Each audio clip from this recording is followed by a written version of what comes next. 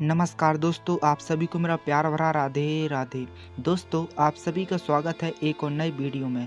आज के इस वीडियो में हम बात करने वाले हैं भगवान श्री कृष्ण के सबसे पहले पुत्र प्रद्युम्न के बारे में, जो उन्हें उनकी सबसे प्रिय पत्नी माता रुक्मिणी के द्वारा प्राप्त हुआ था। दोस्तों, ये बात है उस समय की जब भगवान शंकर के श्राप से कामदेव भस्म हुआ था, तो उसकी पत्नी रति अति व्याकुल होकर अपनी पति की पुनः प्राप्ति के लिए देवी पार्वती और भगवान शंकर की तपस्या करके उन्हें प्रसन्न किया। पार्वती जी ने उन्हें आशीर्वाद दिया कि तुम्हारा पति यदुकुल में भगवान श्री कृष्ण के पुत्र के रूप में जन्म लेगा और तुझे वह सम्रासुर के यहाँ मिलेगा। इसलिए अति सम्रासुर के घर मायावती के नाम से दासी का कार्य करने लगी। इधर कामदेव रुक्मिणी के गर्भ में स्थित हो गए। समय आने पर रुक्मिणी ने एक अति सुंदर बालक को जन्म दिया। उस बालक के सौंदर्य, शील, सद्गुण आदि सभी श्री कृष्ण के ही समान थे। जब सम्रासुर को पता चला कि मेरा शत्रु यदुकुल में जन्म ले चुका है, तो वह वेश बदलकर महल से उस 10 दिन के बालक को हर लाया और समुद्र में डाल दिया। समुद्र में उस बालक को एक मछली निगल गई और उस मछली को एक मगरमच्छ निगल गया। वह मगरमच्छ एक मछुआरे के जाल में आ फंसा, जिसे मछुआरे ने सम्रासुर की रसोई में भेज दिया। जब उस मगरमच्छ का पेट फाड़ा गया तो उसमें से अति सुंदर बालक निकला। उसको देखकर सम्रासुर की दासी मायावती के आश्चर्य का ठिकाना न रहा। वह उस बालक को पालने लगी। उसी समय देवऋषि नारद मायावती के पास पहुंचे और बोले कि हे मायावती, यह तेरा ही पति कामदेव है। इसने यदुकुल में जन्म लिया है और इसे सम्रासुर समुद्र में डाल आया था। इतना कहकर नारद जी वहां से चले गए। उस बालक का नाम प्रद्युम्न रखा गया। थोड़े ही काल में प्रद्युम्न युवा हो गए। प्रद्युम्न का रूप इतना अद्भुत था कि वे साक्षात श्री कृष्ण ही प्रतीत होते थे। रति उन्हें बड़े भाव और लज्जीली दृष्टि से देखती थी।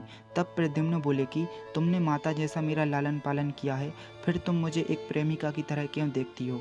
तब रति ने प्रद्युम्न से कहा कि तुम पुत्र नहीं, तुम पति हो मेरे। रति ने प्रद्युम्न को उसके पूर्व जन्म का बोध कराया। रति ने उन्हें महाविद्या प्रदान की तथा धनुष, बाण, अस्त्र शस्त्र आदि सभी विद्याओं में निपुण कर दिया। युद्ध विद्या में प्रवीण हो जाने पर प्रद्युम्न अस्त्र शस्त्रों से सुसज्जित होकर सम्रासुर की सभा में गए। सम्रासुर उन्हें देखकर प्रसन्न हुआ और सभासदों से कहा कि इस बालक को मैंने पाल पोस कर बड़ा किया है। इस पर प्रद्युम्न बोले कि अरे दुष्ट, मैं तेरा बालक नहीं बल्कि तेरा वही शत्रु हूँ जिसको तूने समुद्र में डाल दिया था। अब तू मुझसे युद्ध कर। प्रद्युम्न ने उसके हर बार को अपनी गदे से काट दिया और अपनी तीक्ष्ण तलवार से सम्रासुर का सिर काटकर पृथ्वी पर डाल दिया। उनके इस पराक्रम को देखकर देवतागणों ने उनकी स्तुति कर आकाश से पुष्प वर्षा की। फिर मायावती रति प्रद्युम्न को आकाश मार्ग से द्वारिकापुरी ले आई। जैसे ही माता रुक्मिणी ने प्रद्युम्न को देखा तो उन्हें लगा कि वो कृष्ण है और वो स्वामी कहकर उनकी ओर बढ़ी। तभी श्री कृष्ण उन्हें दूर से आते हुए दिखे और उन्हें फिर समझ आ गया कि ये कोई और नहीं, उन्हीं का पुत्र है। इतने सालों की ममता जिसे देखने के लिए तरस गई थी, उसे सामने खड़ा हुआ देख उनकी आंखों से आंसू रुकने का नाम ही नहीं ले रहे थे। आज तक किसी ने भी द्वारिका में माता रुक्मिणी का ये रूप नहीं देखा था। उन्होंने तुरंत उन्हें दौड़कर गले से लगा लिया और जोर जोर से रोने लगी। इस प्रकार माता रुक्मिणी और उनके पुत्र प्रद्युम्न का पुनर्मिलन हुआ। दोस्तों, आप हमें इंस्टाग्राम पर भी फॉलो कर सकते हैं। वहाँ आपको राधा कृष्ण के बेहद सुंदर सुंदर कोट्स और आप हमसे वहाँ राधा कृष्ण के जीवन से जुड़ा जो भी तथ्य है पूछ सकते हैं।